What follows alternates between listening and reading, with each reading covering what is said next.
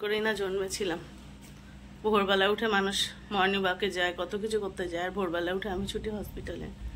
Good morning everyone, মৌসুমি লাইফস্টাইলে আরো একটি ব্লগে তোমাদের স্বাগত। আর এখন সকাল 4:40, ভোরবেলা, সকাল বললে ভুলবেলা হবে। এখন থেকে আমি আমার ব্লগটা স্টার্ট করছি। আমি সকালবেলা উঠে কিচেনে চলে এসেছি। এদিকে বসিয়ে দিয়েছি আমার টিফিন, আর এদিকে বসিয়েছি চা। তোমরা জানো আজ শনিবার, আমার ডায়ালিসিসের দিন, সেই জন্য ভোরবেলা উঠতে হয়েছে। ভেবেছিলাম 4:45টায় উঠবো, কিন্তু 4:25-এ ঘুম ভেঙে গেছে। তারপরে উঠে পড়েছি। কি বলতো, একটা টেনশন, গলাটা না খুসখুস করছে,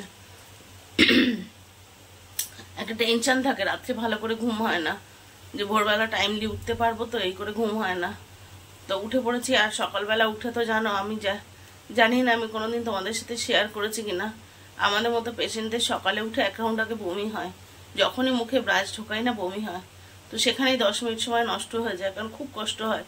আর এই বমিতে শুধুমাত্র জল বেরোয়, মানে খাবার টাবার কিছু বেরোয় না। তো ওতে আরো খুব কষ্ট, মানে মনে হয় সারা শরীরটা কেমন যেন ছিঁড়ে আছে, খুব কষ্ট হয়। ওটা যার হয় একমাত্র সেই জানে। চাটা হয়ে গেছে, তো সেই সময় আরো 5 মিনিট বসে থাকতে হয়েছে। বমি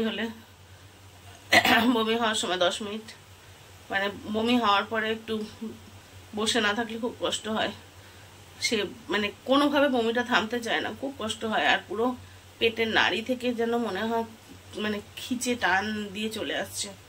সপ্তাহে 7 দিনে 6 দিন তো হয়ই। যদি একদিন বাদ যায়, মনে হয় সেই দিনটা খুব লাকি যে আজকে বমি হলো না, কিন্তু সেটা খুব রেয়ার। 7 দিন তো হবেই। মানে মুখে ব্রাশ ঢোকালে বমি হবে না, পুরো ব্রাশ কোনোদিন করতে পারি না, কোনো দিন না। মুখে ব্রাশ ঢুকিয়ে মানে সেই দৌড়ে যেরকম মানুষ ব্রাশ করে, দৌড়ে ব্রাশ করি। কেন যে তাড়াতাড়ি করে, নাহলে যেই বমি শুরু হয়ে যাবে আর তো ব্রাশ করতে পারবো না। তো যাই হোক, কপালেটা আমাদের। তারপরে 5 মিনিট বসলাম, বসে তারপর রান্নাঘরে চলে এলাম। টিফিনটা করতে হয়, কারণ ডায়ালিসিসের মাঝখানে না খেলে খুব কষ্ট হয়।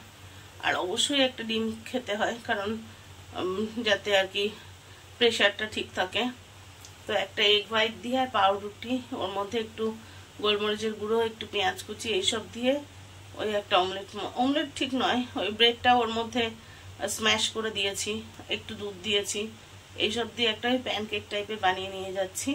আর নেবো একটুখানি আপেলটা নিয়ে ঝপটপ কেটে নিই।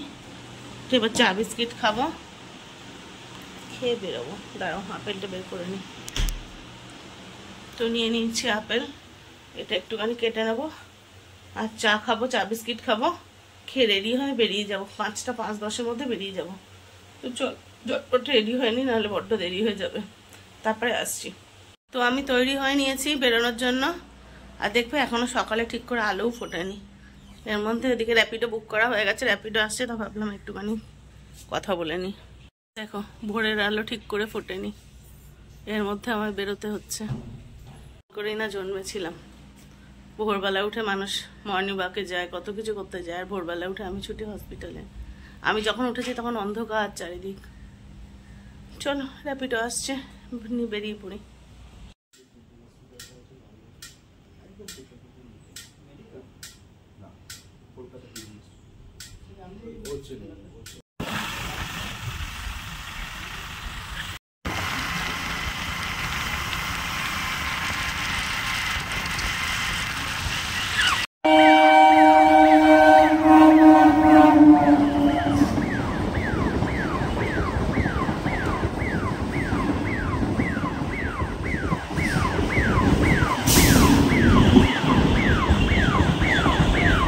প্রতিদিন সকালবেলা উঠে এইভাবে বেরোনো সত্যি ভালো লাগে না।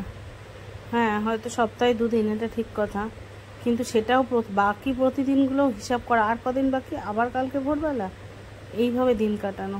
দেখো, এখনো ভোরবেলার আলোগুলো পর্যন্ত স্ট্রিট ল্যাম্পে নেবেনি, আর আমি হসপিটালে। হ্যাঁ, এই হসপিটালের গেট। ডায়ালিসিস হয়ে গেছে, আর শরীরটা আজকে এতটা খারাপ হয়েছিল যে নিজের পায়ে দাঁড়াতে পারছি না, তাই বাধ্য হয়ে আজকে হুইল চেয়ারের আশ্রয় নেওয়া। কি আর করবো। ডায়ালিসিস নিয়ে এসে আর ক্যামেরার সামনে আসতে পারিনি। খুব মাথা ব্যথা করছে আজকে, খুবই মাথা ব্যথা করছে। তারপরে ভ্যাকসিন নিয়েছি, পায়ে ব্যথার জন্য ডাক্তার দেখিয়েছি। এসব করতে করতে বাড়ি আসতে অনেক বেলা হয়ে গেছে, খুব কষ্ট হচ্ছিল। আর এত মাথার যন্ত্রণা করছে, জানি না প্রেশার হাই হয়েছে নাকি। যাই হোক, আমি প্রেশার দেখিও নি, ভালো লাগে না প্রেশার চেক করলে, ওই অত বাড়াবাড়ি দেখি ভালো লাগে না। তারপরে এসে শুয়েই ছিলাম, এই উঠলাম, উঠে এত মাথা ব্যথা করছে। আজকে একটু আদা চা বসালাম, একটু আদা চা খাবো। তোমাদের দাদা গেছে গোপালকে দিতে সন্ধ্যাবেলা, আমি আর উঠলাম না ঠাকুর ঘরে। আর মাম একটু বাইরে গেছে ওদের সন্ধ্যাবেলা খাবার আনতে, সাথে মিঠিও গেছে, পাড়ার দোকানেই গেছে। মিঠিও গেছে, বললো আমি একটুখানি ঘুরে আসি। আমি আদা চাটা বসিয়ে এখানে চলে এসেছি। পায়ের ব্যথাটা অনেকটাই কমেছে, কিন্তু তবুও হালকা হলেও আছে। চাটা বসিয়ে গ্যাস সিমে দিয়ে এসে বসলাম। ভীষণ মাথা ব্যথা করছে, ভীষণ। আজকে শেষের দিকে 1 ঘন্টা কিরম শরীরটা মোচড় মারছিল, খুব কষ্ট হচ্ছিল। জেনারেলি শেষের আধ ঘন্টাটা একটু কষ্ট হয়ই, কিন্তু আজকে শেষে 1 ঘন্টা, মানে সুগার প্রেশার ফল করলে একরকম, তখন ওই ডেক্সট্রস দিয়ে দেয়, একটু বাদে আস্তে আস্তে কমা শুরু হয়ে যায়, একটু ভালো লাগে, মানে শরীরটা একটু ঠিক লাগে। কিন্তু ওই যে শরীর যখন এরকম পুরো মোচড় মারে না, তখন সহ্য করা যায় না, খুব কষ্ট হয়। আর ওর জন্য আলাদা ওষুধও দেয় না, বুকের মাঝখানটা ব্যথা করে, মানে মনে হয় দম টম আটকে আসছে, খুব কষ্ট হয়। যাই হোক, এটা আমাদের ডেস্টিনি, মেনে নিতে হবে, কিছু করার নেই। আর পায়ে ব্যথাটাও ইউরিক অ্যাসিড থেকেই হয়েছে। ডাক্তার একটা রুটিন টেস্ট দিয়েছে, মানে রেগুলার যে টেস্টগুলো, সেগুলো কালকে ব্লাড টেস্টটা করব, করলে বোঝা যাবে যে অ্যাকচুয়ালি কী হয়েছে না হয়েছে। তো কাল এখন অবশ্য ব্লাডের ওখানে ফোন করা হয়নি, সকালে সে ব্লাড নিয়ে যাবে। তো এই চা খেয়ে নি, চলো তারপরে আসছি। একটা মফ অর্ডার করেছিলাম, মফটা এসেছে। এবার দেখি কেমন হয়েছে। আগের বারে কিনেছিলাম মিশো থেকে, খুব তাড়াতাড়ি নষ্ট হয়ে গেল। এবার নিয়েছি ফ্লিপকার্ট থেকে, দেখা যাক কেমন হয়। দাঁড়াও দেখাই। মাম বসছে এটাকে আনপ্যাক করতে। এবারে ব্লু মনে হচ্ছে। না, আমার তো মনে হচ্ছে গ্রিন, একটুখানি দেখা যাচ্ছে। আগেরটা ব্লু ছিল, একদম ব্লু ছিল কালারটা, এটা ঠিক গ্রিন। এটা কালারটা খুব সুন্দর লাগছে। এই মা, এটা কোয়ালিটিটা ভালো গো, আগেরটা থেকে। ওই জন্য তো এবার মিশো থেকে নিলাম না, যে মিশোর কোয়ালিটিটা আমার খুব একটা পছন্দ হয়েছিল না।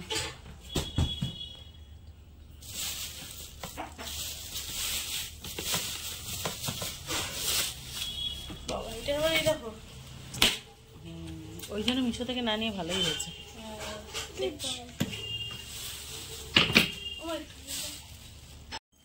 কটা মফ দিয়েছে? এই ট্যাগটা তো লাগানোই থাকবে, একটা এক্সট্রা, এটা রেখে দেবো। 2টো মফ বলেছিল। হ্যাঁ, আগেরটা তো দুটোই ছিল। সাইজটা সেম, আগেরটা যা ছিল এটাও তাই। হ্যাঁ, সাইজ তো ওগুলো তো একটা স্ট্যান্ডার্ড। তবে হ্যান্ডেলটা বেশ সুন্দর এসছে।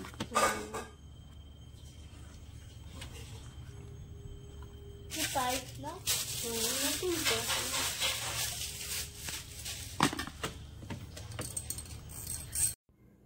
তো আমাদের তো সবার খাওয়া দাওয়া হয়ে গেছে। রাতে মা আর রান্না করেনি, দুপুরের যা খাবার ছিল সেটাই বাপি খেয়েছে। আর মার খুব বমি পাচ্ছিল, আজকে ডায়ালিসিস ছিল, তারপরে সেই ডায়ালিসিসের পরে ভ্যাকসিন ছিল, সব মিলে শরীরটা বেশ সারাদিন খারাপ ছিল। মা রেস্ট নিয়েছে, ম্যাক্সিমাম টাইমে ঘুমিয়েছে, শুয়েছিল এইভাবেই। তো বাপি ওই দুপুরের খাবার যেটা ছিল ওটাই খেয়ে নিয়েছে। এই মিঠি এখনো বসে আছে, ঘরে যায়নি শুতে। মা আর বাপি চলে গেছে, ও যাবে। আমি এই ফ্রিজে একটু তুলে নিই, বাকি যা খাবারটা রয়েছে। তো বাপির তো ওটাতে হয়ে গেছে। আর আমার আর বোনের জন্য বাপি খাবার আনিয়েছিল, মানে রুটি আর তরকারি আনিয়েছিল আর কি।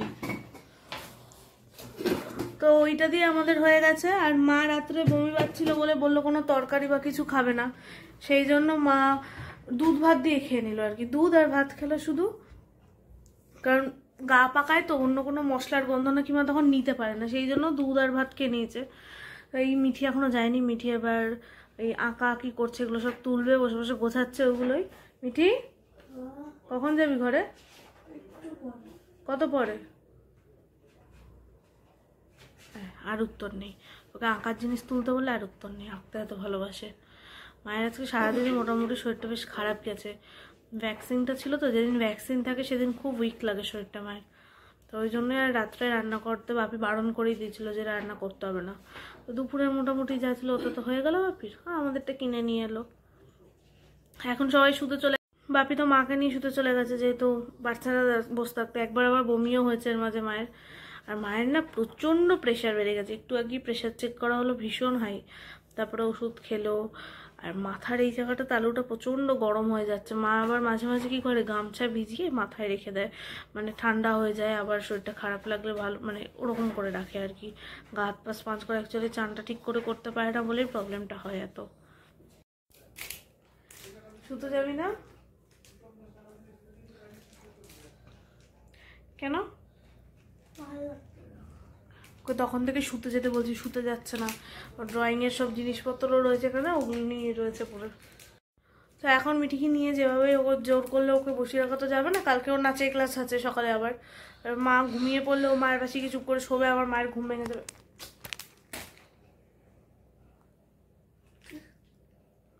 বদমাইশি করছে পাশ থেকে। ওকে এখন শোয়াতে নিয়ে যেতে হবে, মেয়েটে ধরে যেভাবেই হোক। তো আজকের ভিডিওটা এই পর্যন্তই থাকলো। যে যেখানে হচ্ছে ভালো থেকো, সুস্থ থেকো। ভিডিওটা যদি ভালো লেগে থাকে লাইক কমেন্ট শেয়ার করো। কি আছে? আর চ্যানেলটা যদি নতুন ভিজিট করে থাকো সাবস্ক্রাইব করে পাশে থেকো। আজকের জন্য গুড নাইট।